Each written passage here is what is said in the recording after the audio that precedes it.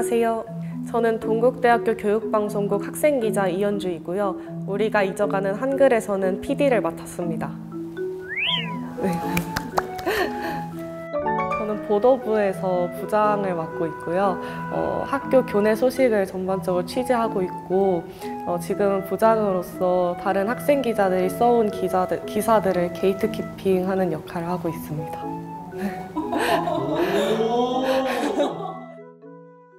신조어 줄임말의 무분별한 남용, 그리고 혐오적 차별적 표현처럼 잘못된 언어 사용 습관에 초점을 맞춘 다큐멘터리예요. 뭔가 주변 친구들이 쓰는 단어들 중에서 특징을 가진 사람들을 좀 프레임을 씌우는 그런 단어들을 많이 쓰는 것 같아요. 예를 들어서 잼민이라던가 인터넷 같은 데 보면 뭐 헬리콥터맘 이런 말들 있잖아요.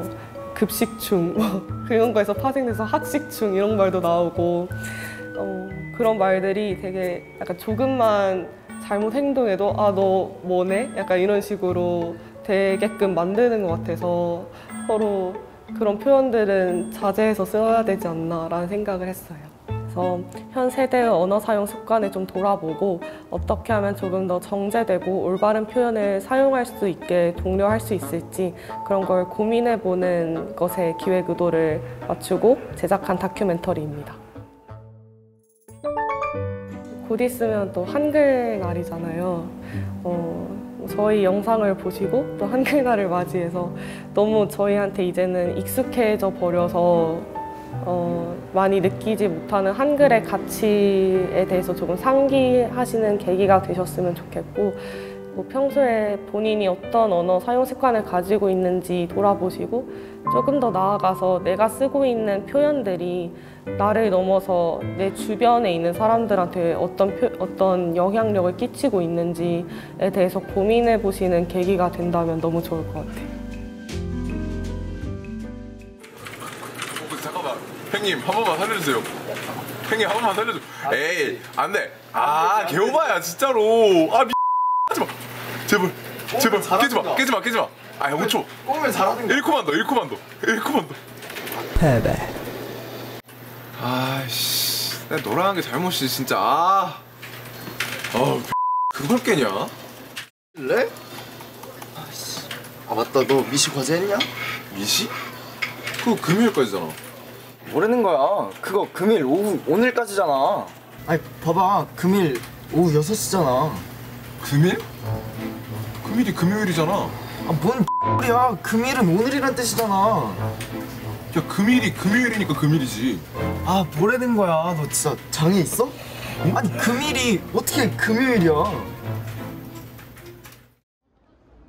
방금 보신 대학생들의 대화에서 느낄 수 있듯 언어 파괴 현상은 점점 더 심각한 양상을 띠고 있습니다. 여러분은 한글을 어떻게 사용하고 계신가요?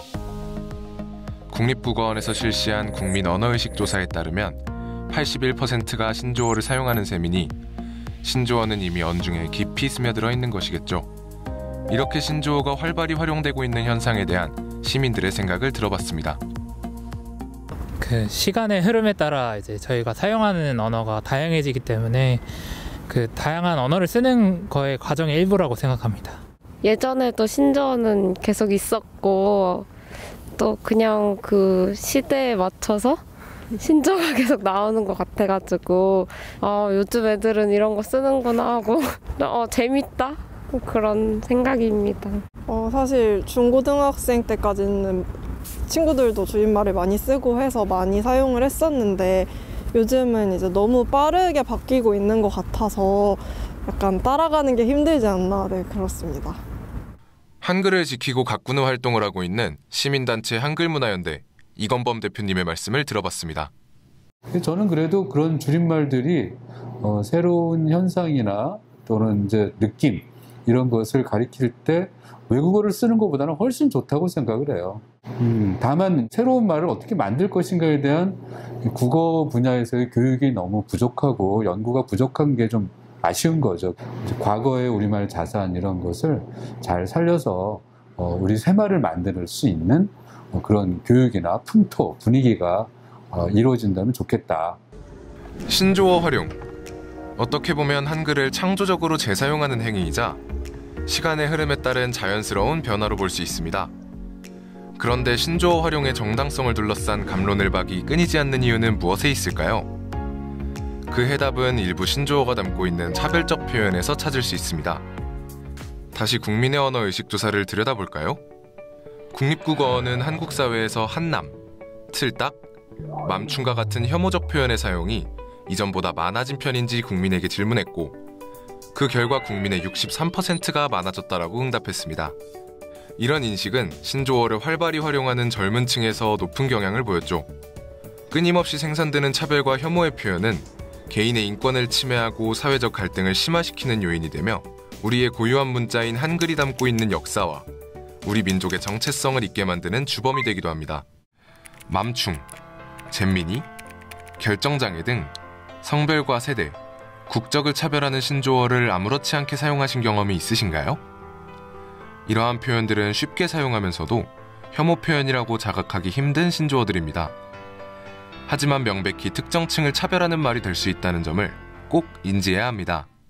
우리가 보통 이제 반팔티라고 하잖아요. 근데 그걸 저도 사실 아무 생각 없이 쭉 썼었는데 팔이 반이라는 뜻인 거예요. 그러니까 실제로 이제 팔이 반이라는 건 이제 장애인을 뜻하는 건데, 그래서 불편해하시는 분이 있다더라 이렇게 이제 말씀을 해주셔가지고 가만 생각해 보니까 반바지는 반바지라고 쓰는데 반다리 바지라고는 안 쓰잖아요. 그래서 차라리 조금 더 정확한 표현으로는 반소매 티가 더 정확한 표현이긴 하니까. 혐오와 차별의 의미를 담고 있는 신조어를 무분별하게 사용하게 되면 사람들의 머릿속에 특정층에 대한 편견이 서서히 자리 잡게 됩니다. 이게 그 신조어는 보통 약간 새롭고 그래서 재밌기 때문에 사람들이 한두 번씩 재밌다면서 써보게 되잖아요. 그러니까 또 이게 이제 주변에서 반응이 좋으면 그 단어를 더 자주 쓰게 되고 금방 널리 이제 퍼지기도 하고. 근데 거기에 만약에 이제 차별 표현이 담겨 있으면 차별 표현이 뭔가 이제 경계해야 될 표현이 아니라 재밌는 표현으로 희화화돼서 문제의식 없이 퍼질 수 있는 거죠. 존버라는 단어를 TV 프로그램에서 사용해도 괜찮다고 생각하시나요? 존버처럼 욕설이 포함된 신조어가 요즘 TV 프로그램에서 많이 사용되고 있는 추세입니다. 방통위에서 발간한 2020 방송매체 이용행태 조사에 따르면 전체 가구 중 98% 이상이 디지털 TV를 한 대 이상 보유하고 있다고 합니다. 그만큼 쉽게 접할 수 있는 TV 프로그램에서 욕설이 포함된 신조어를 남발한다면 가치관이 확립되지 않은 아이들은 욕설에 대한 거부감이 줄어들어 저런 단어는 사용해도 괜찮구나 라는 그릇된 가치관을 가지게 될 겁니다. 혐오와 차별, 욕설 등이 무분별하게 사용되는 요즘, 이를 해결하고 한글을 지키기 위해서 우리는 어떻게 행동해야 할까요? 대항 표현, 들어본 적 있으신가요? 대항 표현은 말 그대로 혐오 표현에 맞대응하고 소수자에 대한 연대와 지지를 선언하는 것입니다. 대항 표현의 예시로 서울대학교 성소수자 동아리의 현수막 반창고 캠페인을 살펴볼 수 있습니다. 2016년 서울대 성소수자 동아리에서 설치한 신입생 환영 현수막이 누군가로 인해 훼손되는 사건이 발생했는데요. 해당 동아리는 훼손된 현수막을 그대로 게시하고 반창고를 붙여 찢어진 현수막을 복원해달라는 캠페인을 벌였습니다. 많은 학생들의 참여로 현수막은 본래 모습에 가까운 모습으로 복원될 수 있었죠. 이렇게 대항 표현은 혐오 표현의 피해자가 자신의 권리를 깨달을 기회를 제공하고 혐오 표현의 발화자를 고립시켜 평등과 연대의 가치를 실현할 수 있게 한다는 점에서 의미가 있습니다. 언어장애인을 낮잡아 이르는 표현인 벙어리 장갑을 엄지손 장갑으로, 장애를 질병으로 보는 관점에서 비롯된 표현인 장애를 알타를 장애를 갖다로 고쳐 말하는 것도 대항 표현을 활용하는 것에 해당하죠.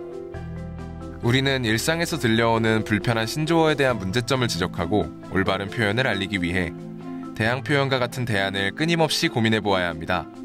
2022년 12월 29일 문화재청은 현존하는 가장 오래된 한글 편지인 나신걸 한글 편지를 국가지정 문화재 보물로 지정 예고한다고 밝혔습니다.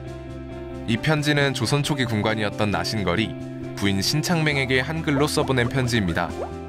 이를 통해 우리는 1446년 훈민정음이 반포된 지 불과 약 45년이 지난 시점에 한글이 널리 보급된 당시의 실상을 파악할 수 있습니다. 이렇게 세종이 창제한 한글은 나라 구석구석에다 사람과 사람을 연결해주는 포용의 정신과 가치를 담고 있습니다. 수많은 신조어와 외래어, 혐오, 차별 표현이 생산되어 무분별하게 활용되고 있는 이 시점에서 우리는 이러한 한글의 포용의 가치를 다시 한번 기억할 필요가 있지 않을까요?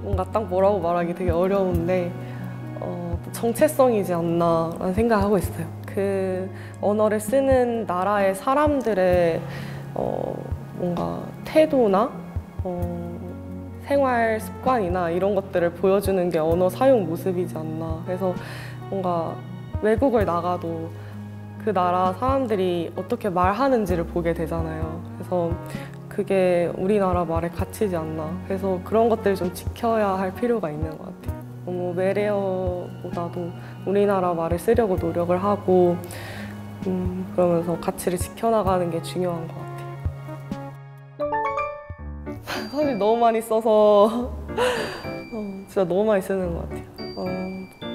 뭐 사소한 걸 수도 있을 것 같은데 스크립트라고 많이 하는데 대본이라고 해도 되고 기획서라고 해도 되는데 외국어를 너무 많이 쓰는 것 같아요. 오디오라던가 이런 것도 음향이라고 해도 되잖아요.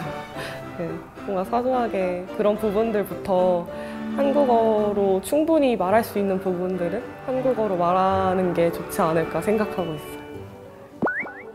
네. 쓰신 거 아니에요? 기사들을 게이트키핑하는 역할을 하고 있습니다. 그래요.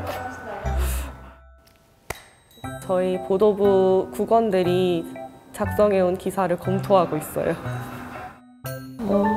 저도 해결 방안에 대해서 고민을 많이 해봤는데 제 개인적인 생각이지만 저는 사람들의 언어 사용 습관에 가장 큰 영향을 끼치는 게 교육이랑 미디어이지 않나라는 생각을 하고 있어요. 그래서 교육 현장이랑 미디어에서 사용하는 언어들이 조금 정제되어야 할 필요가 있지 않나라는 생각을 하고요.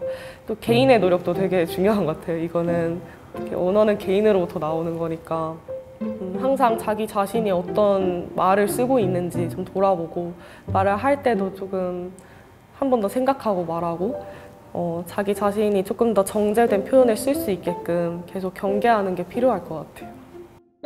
앞으로 사람들이 너무 바쁘게 살아가고 또 너무 주변의 것들이 익숙해져서 미처 포착하지 못하는 어떤 지점들을 잡아내서 영상에 녹이는 그런 영상들을 만들고 싶고요. 그래서 같은 장면을 봐도 남들이랑 조금 다른 시선으로 보고 거기서 다른 생각을 할 줄 아는 게 뭔가 좋은 제작자의 소양이 아닌가라는 생각을 하는데 저는 아직 그게 부족한 것 같아서 앞으로도 좀 새로운 시선을 가져보려고 저 혼자 그런 노력들을 많이 기울일 계획이에요.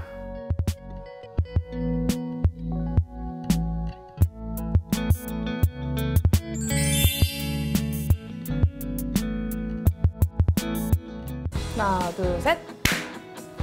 시청자 참여 100%로 만들어지고 있는 프로그램 OBS 시청자 채널 꿈꾸는 유. 자, 레디! 액션! 단편 영화, 다큐멘터리, 애니메이션뿐만 아니라 실험 영상, 뮤직비디오 등 시청자들이 만든 다양한 영상들. 열정과 아이디어만 있으면 누구나 감독이 될 수 있습니다.